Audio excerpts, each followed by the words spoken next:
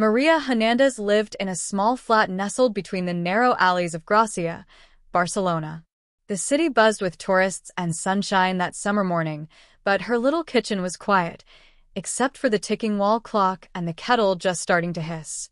She folded the blue shirt she had ironed for her grandson Leo's graduation. It wasn't new, but it was clean and neatly pressed. She glanced again at the calendar, tracing today's date with her wrinkled finger. Hoy es el gran día, she whispered with a smile. My Leo. Despite the occasion, Maria had not received a formal invitation. No email, no message, not even a call from Clara, her daughter-in-law, who now managed almost everything in the family. Still, Maria refused to let that silence keep her away. After all, she had raised Leo during his early years when his parents were working 2 jobs each. As she packed a small wrapped gift, a handmade bookmark stitched with Leo's initials, she paused, holding the velvet fabric to her chest. It was modest but thoughtful, something only a grandmother would think to give. Down on Cara de Pau Claris, the graduation ceremony was to be held at an elegant hall near Placa de Catalunya.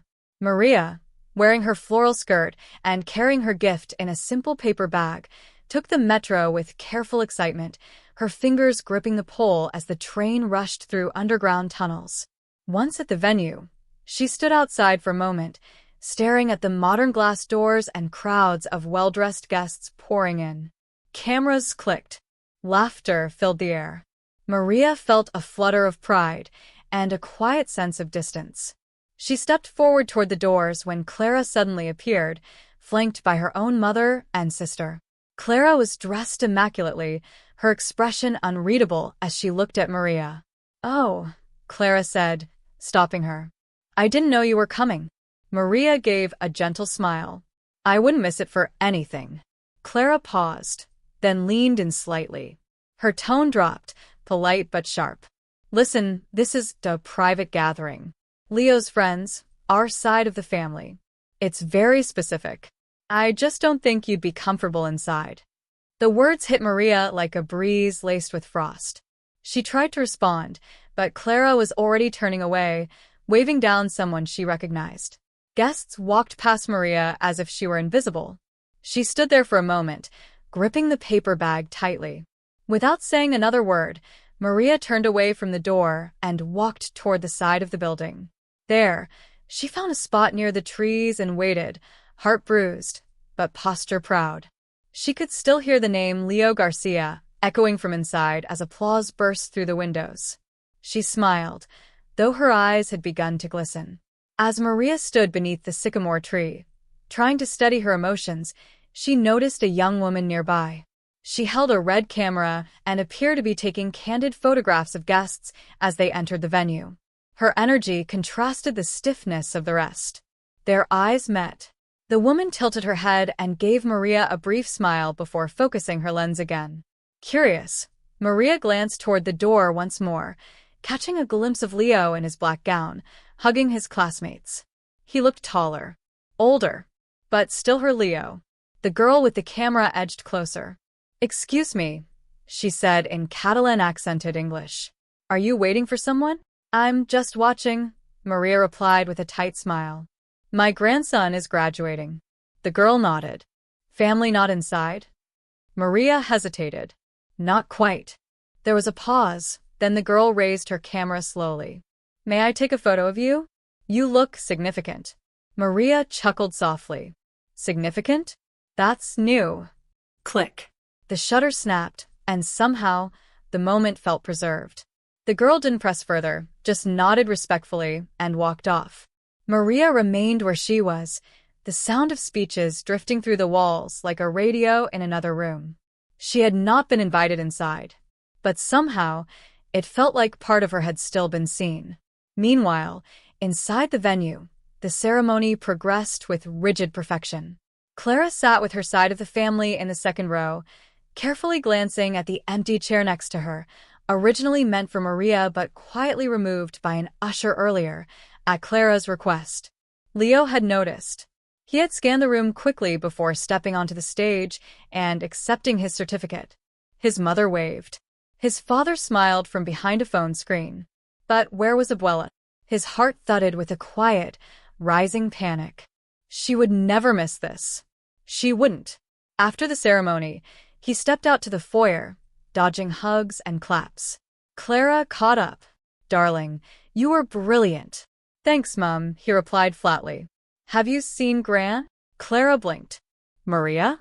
Oh, I think she wasn't feeling well. Maybe she stayed home." Leo frowned. "No way." "She said she was coming." Clara turned away under the pretense of greeting someone else. Leo narrowed his eyes, glancing toward the glass doors. And then he saw her.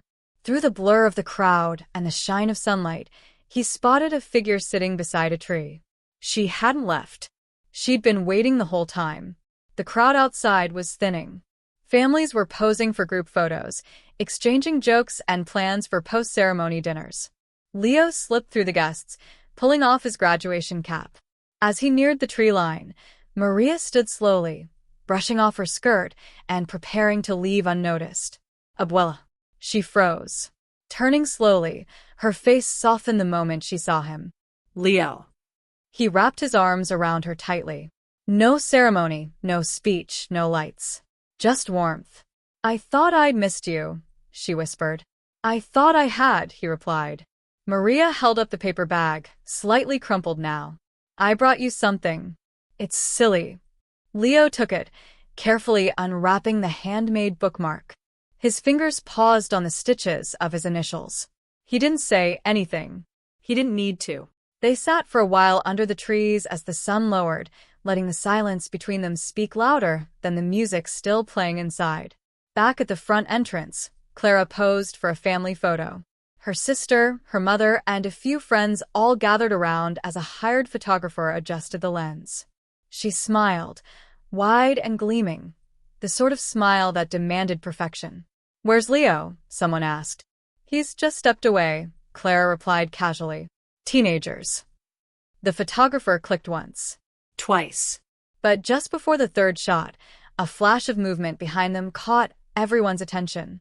Leo was walking toward the crowd, Maria beside him. Clara's face paled, but she composed herself quickly. "Oh." "You found her." Leo didn't smile. "No. She found me." "She was never lost."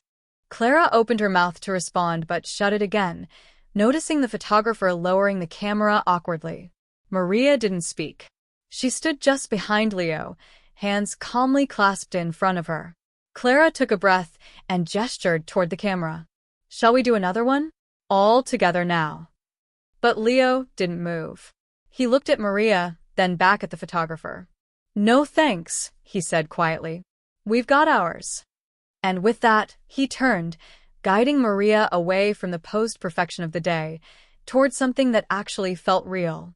Later that evening, Clara paced in the kitchen of their Izample apartment, her phone in hand and a polite smile fixed in place. Guests were due in less than an hour for the graduation dinner, and everything had been meticulously planned, from the Catalan canapés to the floral arrangements matching Leo's school colors. But Leo was late. She'd sent 2 messages. No reply. At 7:30, he finally walked through the door. His shirt untucked, eyes tired, and the handmade bookmark now tucked into his pocket. Clara looked up. "You could have told me you were bringing her." Leo dropped his bag beside the table. "She's not coming." Clara blinked. "Oh." She didn't want to.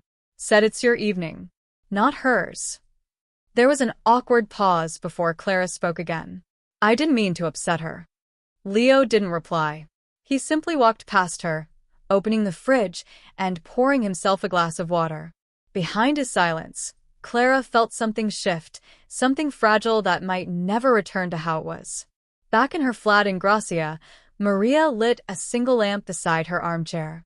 She placed her empty teacup on the table and reached for a small wooden box on the shelf. Inside were old photographs, Leo at 3, missing teeth and giggling. A drawing he'd made her when he was 7. A crumpled receipt from a birthday cake they'd once shared under a park gazebo. She looked at the newest edition, the photo taken earlier by the girl with the red camera. Maria, standing with the tree above her and pride tucked behind her quiet posture. She smiled gently and placed it with the others. Outside, the bells of a nearby church chimed 9 times. A knock startled her. She rose slowly and opened the door. Leo stood there, in jeans and his graduation gown still draped over one arm. He held a plastic container of leftover paella from the dinner Clara had hosted. "I told them I had plans," he said. Maria stepped aside. "You always did have good taste."